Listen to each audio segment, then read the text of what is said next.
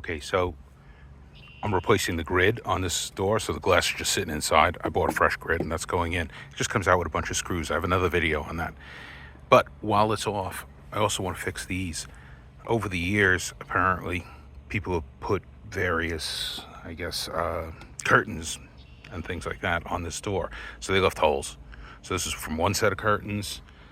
This is another set of curtains. I got a sort of valance over the curtains. And then this was for a little deadbolt that they put on.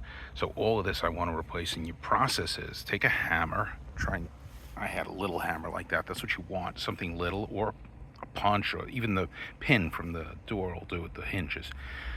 And dimple these so that they have a little concaveness to them. Then you're going to hit it with a sander or a grinder with a flap wheel, but a palm sander works fine. You just sand it until you're down to metal. I'm not down to metal here because of the dimples, and that's fine.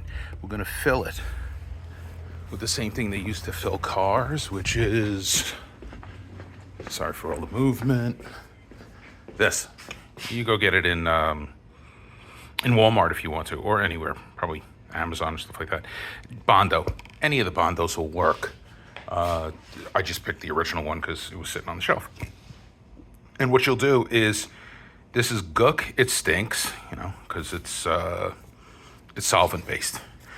You're going to take a blob of that, and they say do a 3-inch blob, and then do a 3-inch line of the hardener, and then you mix the two of them together, and you don't got much time.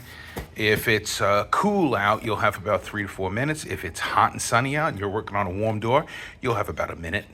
So maybe do it out of the sun. Another mini trick for mixing this, because I know some people spook on mixing it. Do this. Well, tough to do with one hand, but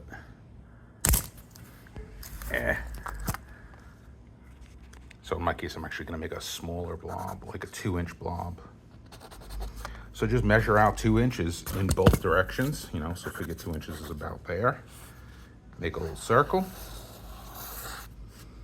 And then you're also going to do a 2-inch line then to go with it of the hardener. Then you'll take the blob, open this up, take a blob, put a blob there.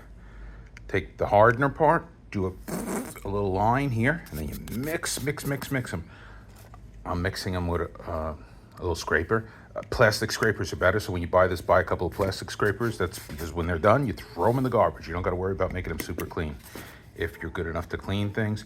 This, when I went to clean it, your best bet for cleaning it, because you have very little time before it just turns into a rock, I use the razor, clean it off, and then some alcohol. You can use alcohol, acetone, anything like that. If it does set on there, a little bit of sandpaper will take it off, but then you're wrecking your tool. Anyway, that's how to fix holes in your steel insulated door.